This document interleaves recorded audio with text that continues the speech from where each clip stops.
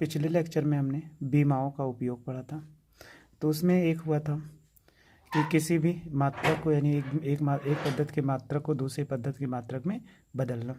आज हम दूसरा पढ़ते हैं। उसी में भौतिक राशियों के विमीय संतुलन का परीक्षण करना, यानी कोई भौतिक राशि दी गई हो तो उसमें विमीय संतुलन का हम परीक्षण कर सकते हैं। तो विमीय संतुलन में परीक्षण करने पर यदि कोई भौतिक राशि है तो बाएं पक्ष की जितनी बीमा होगी उसके दाएं पक्ष के प्रत्येक पद की बीमा के बराबर होता है। जैसा पहला क्वेश्चन है, इसमें दिया गया b बराबर √2gh।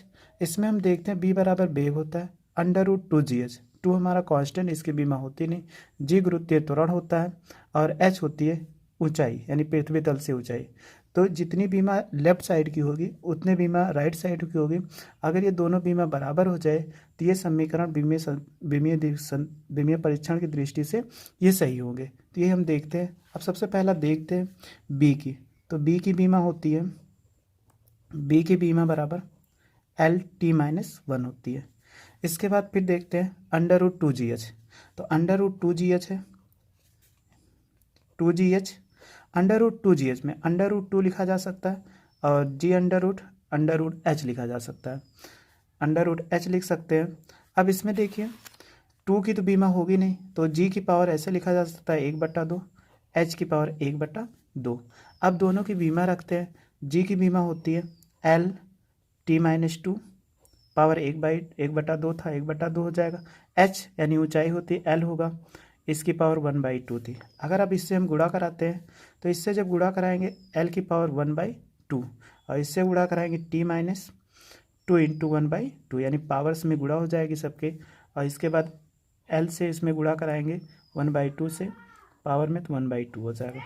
फिर इसके बाद देखिए इससे 2 से 2 कट जाएगा, यहाँ पे बचेगा l 1/2 और T-1।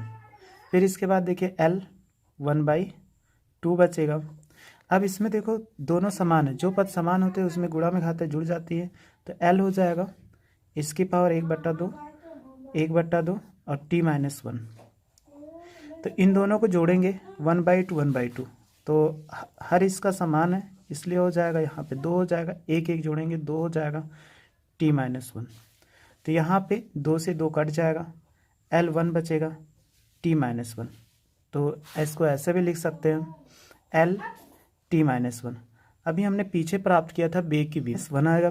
तो दोनों की बीमा क्या है, बराबर है। जब बराबर है तो विमीय दृष्टि से ये जो इक्वेशन है वो सही है। तो हम लिख सकते हैं अतः यह इक्वेशन या यह भौतिक समीकरण या भौतिक समीकरण सही है, ये सही है। अब दूसरा इसी प्रकार देखते हैं, जैसे हमने न्यूटन के गतिविषयक नियम पढ़ा था। न्यूटन के गतिविषयक प्रथम नियम में तो इसमें पढ़े थे न्यूटन के गति B बराबर U + AT। B जहाँ पे बेग हो गया तो इसका अंतिम बेग, U होता है प्रारंभिक बेग, A त्वरण होता है और T समय होता है। तो फिर वही देखना है, यानी इसकी B है तो इसकी बीमा इसी के बराबर और B की बीमा AT के बराबर, यानी प्रत्येक लेफ्ट हैंड की जो बीमा होगी वो राइट हैंड के प्रत्येक पद की बीमा, यानी पहला पद दूसरा पद गुणे में लिखा एक ही पद माना जाता है। तो इन सभी बेग की बीमा के बराबर होंगे तो ये भी समीकरण सही होगा। तो हम देख लें सबसे पहले B की बीमा बराबर हो जाएगा LT-1। फिर इसके बाद देखो U की बीमा बराबर हो जाएगा, यहाँ पे U है प्रारंभिक वेग, जब वेग है तो चाहे प्रारंभिक हो या अंतिम हो बीमा समान होगी। इसके बाद AT का देखिए, AT A का मतलब त्वरण, यानी त्वरण की बीमा गुणे समय की बीमा, यानी T की बीमा। तो हमने पढ़ा था कि त्वरण यानी अभी पीछे पढ़े तो गुरुत्वीय त्वरण, तो वहाँ भी त्वरण था इसलिए दोनों में समान हुआ LT-2। टाइम है T हो जाएगा। इसमें जब आप जोड़ोगे तो गुणा में घातें जुड़ती है, यहाँ पे 1 हो जाएगा LT-2, ये +1 जोड़ेंगे तो इसमें घट जाएगा LT-1। तभी देखा गया कि बाएं पक्ष की जो बीमा थी वो भी राइट पक्ष के बीमा के समान है, यानी बाएं पक्ष की बीमा बराबर दाएं पक्ष की बीमा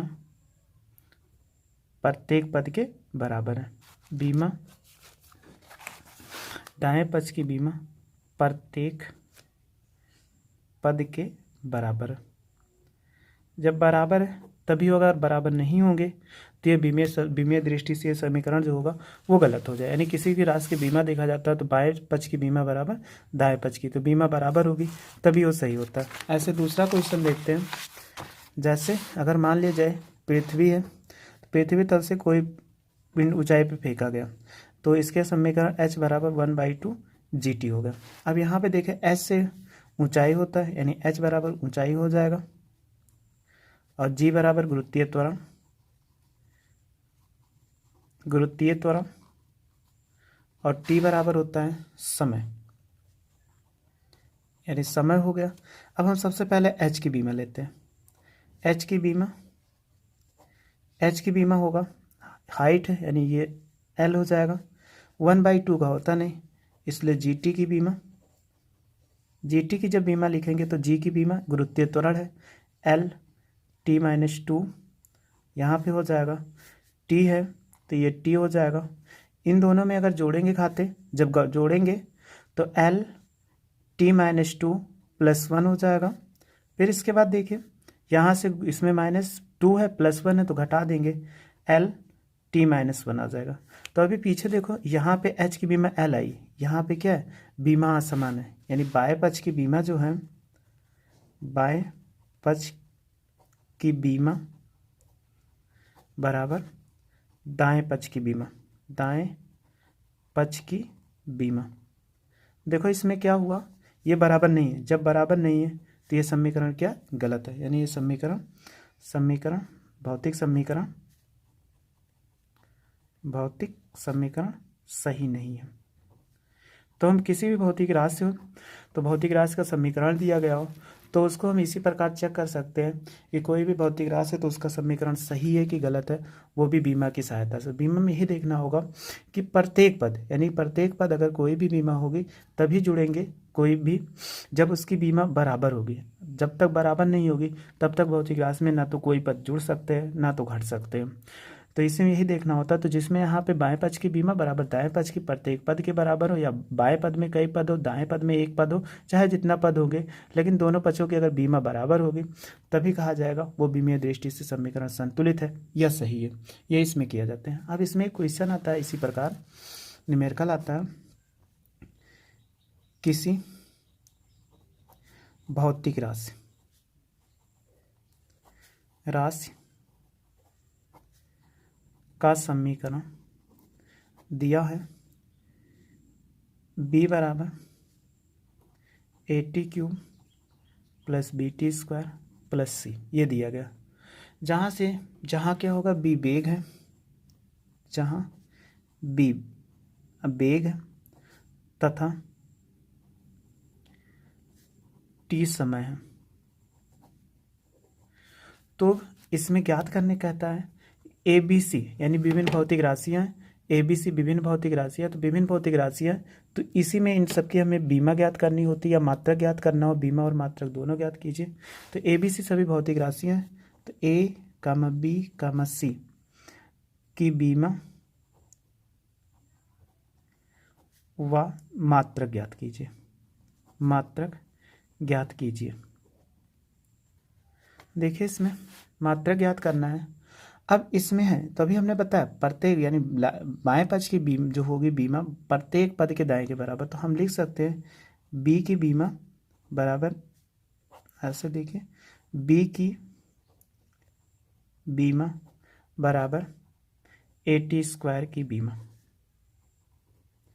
अब हम लिख सकते हैं, इसको इधर ले आए, ठीक है, तो ऐसे लिखा जा सकता है या इसको ऐसे लिख सकते हैं, AT² की बीमा बराबर बी की बीमा।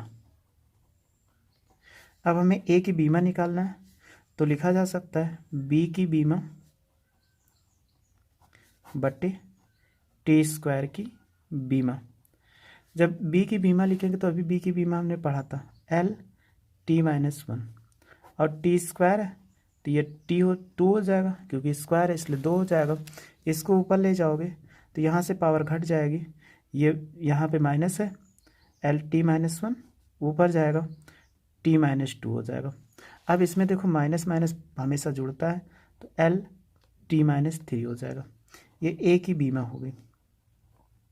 मात्रक पूछ रहा था, तो ए का मात्रक देखो, ए का मात्रक एल है, एल का मतलब मीटर, मीटर यहाँ से मीटर, एल का मतलब यानी एल को मीटर में मापा जाता है, तो ये मीटर हो जाएगा। टी टाइम होता है तो सेकंड हो जाएगी, पावर जितनी है उतनी लिख दीजिए, तो ये इसका मात्रक हो जाएगा।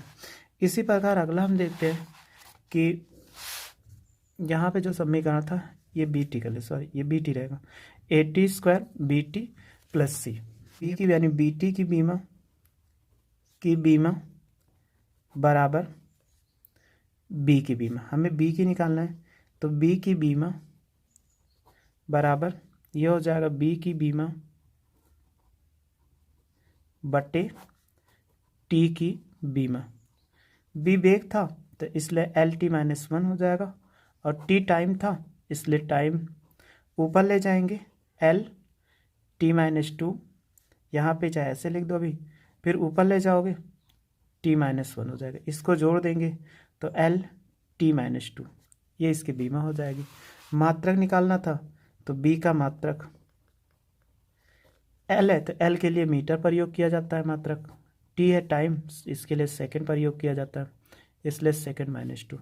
इसी प्रकार था हमारा कि समीकरण c बराबर, यानी ये समीकरण था हमारा यहाँ पे b बराबर AT² प्लस BT प्लस सी, तो इसमें अब c है तो c की बीमा बराबर b की बीमा, तो यहाँ लिख सकते हैं c की बीमा बराबर b की बीमा। तो यहाँ पे कोई चीज़ है नहीं इसलिए b की बीमा हो जाएगा L t-1। अब इसमें निकालेंगे तो c का मात्रक L के लिए मीटर हो जाएगा, यहाँ t है सेकंड-1। और हमारे चैनल को लाइक, सब्सक्राइब और शेयर करना ना भूलें।